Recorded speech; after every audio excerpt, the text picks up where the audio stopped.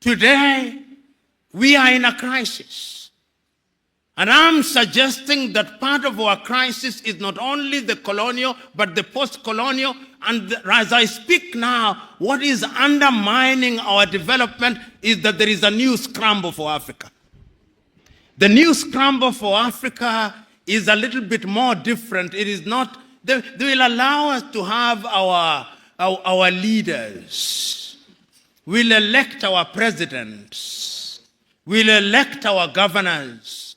We'll have our ministers. That will happen, but they are not bothered.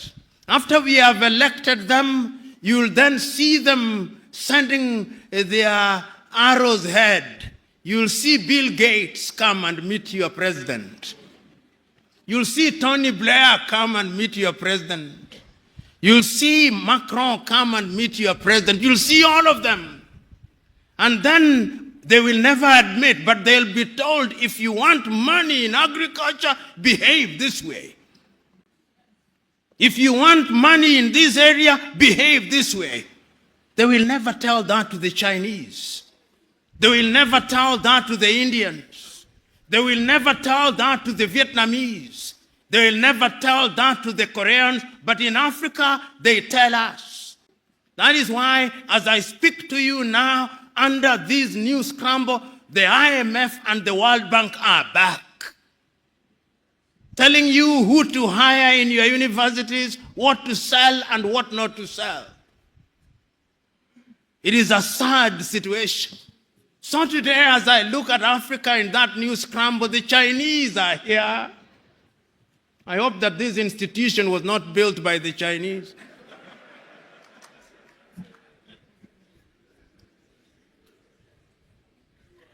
The Turks are here. The British are here. The French are here. The Qataris are here. The Americans are here. This time round, they are so subtle that we don't even recognize them, but they control us. What are we going to do about it in order to develop?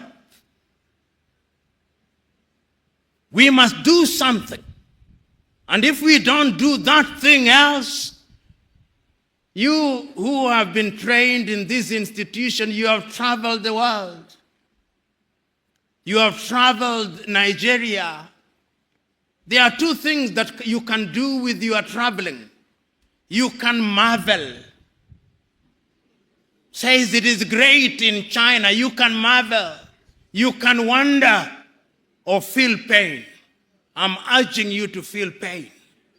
To feel pain for the continent of Africa, and in your own way, when you go out there, go and do something about it, because it has also been demonstrated that it can be done. I've traveled across this continent and I've seen that development is possible. I was in Rwanda before 1994. I was in Rwanda in 1996. Genocide. 1 million dead. Its obituary written. Will never rise, they said. You go to Rwanda now. They are demonstrating that it can be done. Go to Kigali now. See what they are doing in the health sector in their own small way. See how they are collaborating in the area of mobile telephony in their own small way. It can be done. I've been to Botswana and I've seen what they are doing in their own small way. I've been to Mauritius, see what they are doing in their own small way. And they do not have the resources that other countries have. They do not have the resources that the Democratic Republic of Congo has. And I'm giving these examples to say that indeed it can be done, and it can be done within the continent of Africa. So what we must do is to begin to pull together, you know.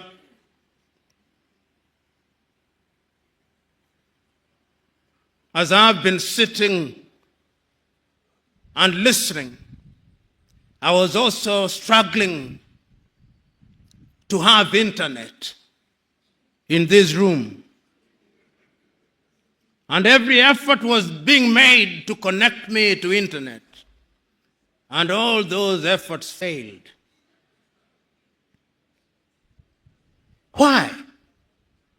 Because we are in an era of the Internet of Things. We are in an era of nanotechnology. It cannot be right that in Africa's largest economy, in Nigeria, I do not have internet at an institution that deals with security. You get the point that I'm trying to make? It cannot be right. And I know why we don't have internet connectivity. It is because we are divided. We have 55 telephone access codes. Nigeria 234, Ghana 233, Kenya 254, Tanzania 255, Uganda 256, Zambia 260, Zimbabwe 263. How can we, in this day and age, you cross into Benin, you cross into Togo, you cross into Guinea-Bissau, you have a different internet connectivity. Why can't Africa have a single satellite and a single telephone code so that when I travel from Mogadishu in Somalia to Dhaka in Senegal, like the Chinese do, like the Americans do, like the Indians do, we can have the same, because communication is critical to development. And I'm saying this, part of my agenda is to prick your conscience with live examples that you may go out there irritated, but irritated to do the right thing. And I'm suggesting that indeed, when we talk about development, this is what we must do. But is Africa conscious of her state? Yes, Africa is conscious. This is what makes me happy. That after all these analysis, it appears to me that Africans have now recognized that going forward, we can only defeat the conspiracies, we can only have development as we are talking about it by working as a team. And that is why beyond the Millennium Development Goals, beyond the Sustainable Development Goals, we as Africans under the aegis of the African Union do now have our grand vision of Africa Agenda 2063. And that Africa Agenda 2063, let me tell you, if we can fulfill it, many of you here will be upstairs by the year 2063. But our contribution, perhaps you do not know what I mean upstairs, not up. You will be with the Lord himself. But the most important thing is that Africans are now beginning to see beyond the next election. Because part of our problem in Africa has been that we plan in 5-year circles. We don't have a grand agenda, but now we have a grand agenda. And if you look at the 7 pillars of Africa Agenda 2063, everything is covered. Health is covered. Research and science is covered. Climate change is covered. Women's participation is covered. Democracy and governance is covered. The arts and the culture are covered so that Africa can become a serious player in the international agenda.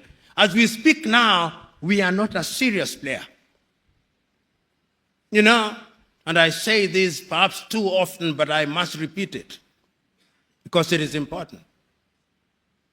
I was looking at the GDP of Indonesia. The GDP of Indonesia this year, by the end of this year, will be 1.1 trillion United States dollars. Indonesia is the 17th largest economy in the world using all critical indices. It's amongst the G20. The population is about 200 million, just about Nigeria.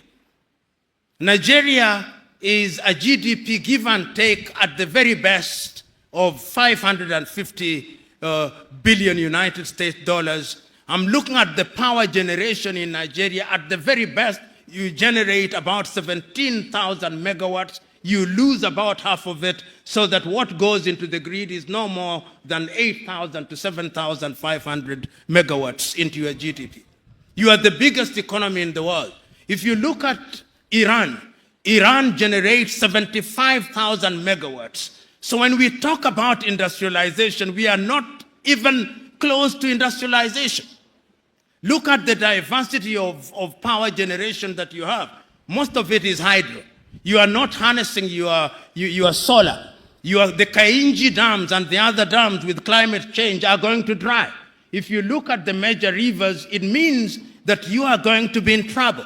You look at Zimbabwe now, for example, in power generation, 2,000 or give it 2,500 megawatts. The dams are drying, the Kariba is drying. So Africa must begin to think, even as we think of Africa Agenda 2063, because energy is the game changer. Without energy, all these generators you see everywhere in Nigeria must disappear for industrialization to come.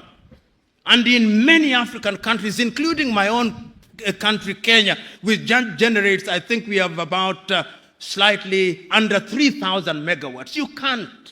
You can't. So we must go to Inga Dam. We must begin to generate. We must go to Egypt at the Aswan High. Egypt is not doing very badly. We must go to Inga, produce 40,000 megawatts. We must go to Ethiopia, the Grand Renaissance Dam, produce 10,000 megawatts. Then we talk of industrialization. And why do I talk about industrialization? There are scientists here.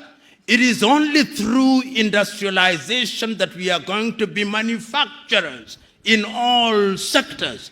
As it is now, 80% of what we consume in manufactured goods are from China. If China closes shop, we are dead. We are dead. So I'm thinking that Africa Agenda 2063 is a good thing, but we must work at it. I'm thinking that Africa Continental Free Trade Area is a good thing. Launched with the Secretariat in Accra, Ghana, a good thing. But how are we going to trade?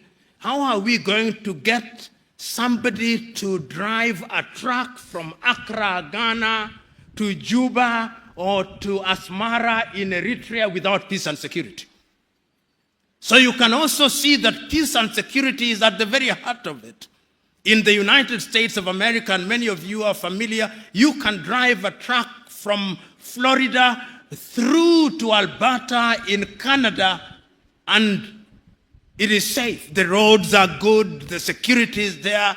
I'm saying, therefore, that as we talk about development, we must think about development in a very comprehensive manner. We must ask ourselves how we govern.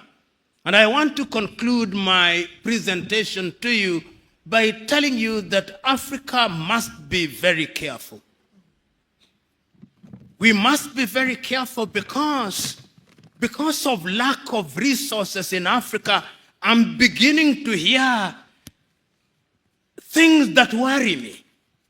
And because I'm a keen student of what is happening in Africa, I'm getting worried on a daily basis.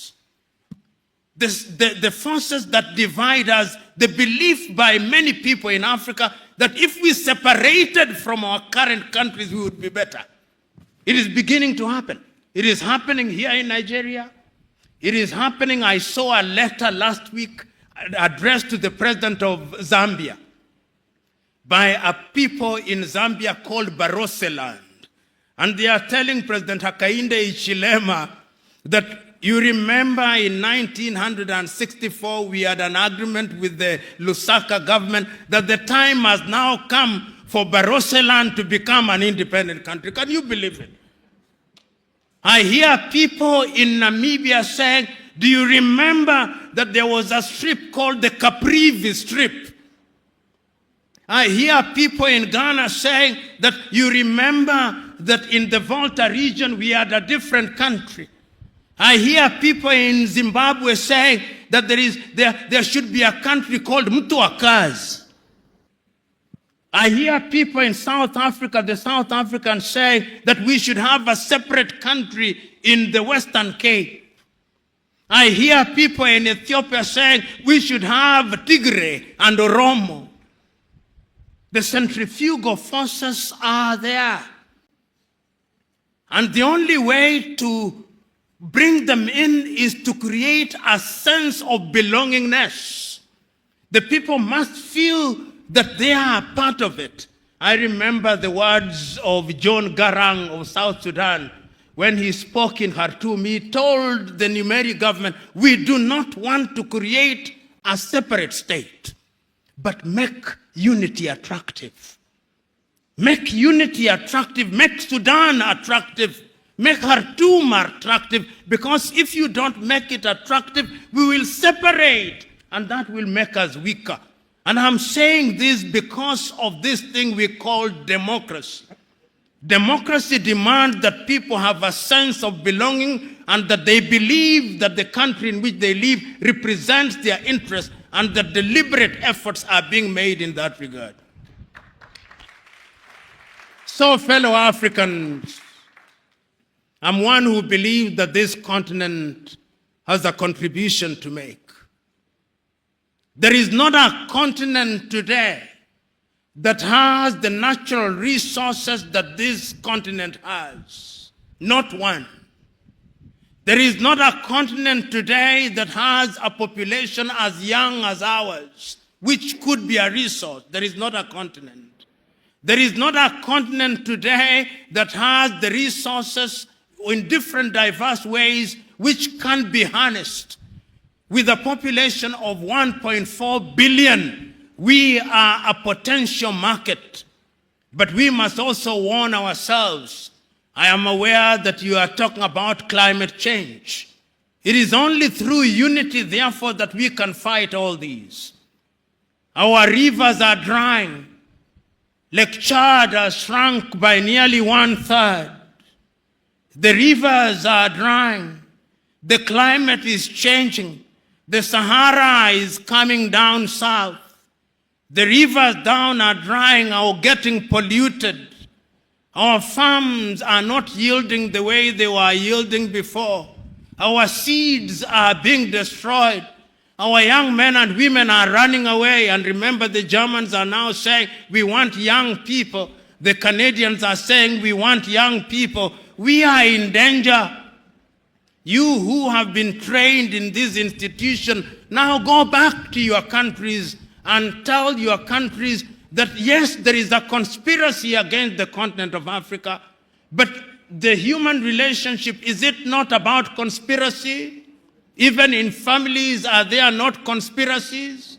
Is it not our duty to fight and defeat those conspiracies so that that is no longer an excuse?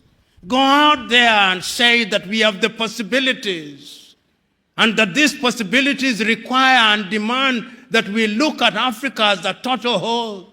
Go out there in your little ways and make your contribution. The 78 of you who are graduating here today, I'm suggesting to you that development must start with you.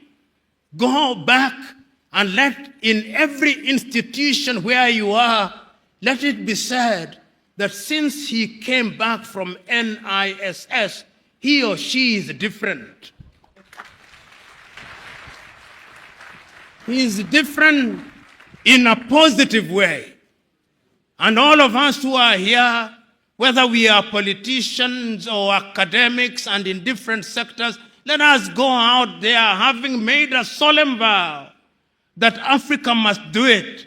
If you can't do it for yourself, ask yourself which Nigeria you want to bequeath to your children and your children's children. You are here, maximum 40 years, you will have gone upstairs. But after 40 years, in which kind of country will you want your children to be? This is the question. It is not about you and me. It is about them. This is intergenerational. Africa must change, Africa can change, and it can only change if we change our minds. And our minds we must change. Ladies and gentlemen, thank you very much, and God bless.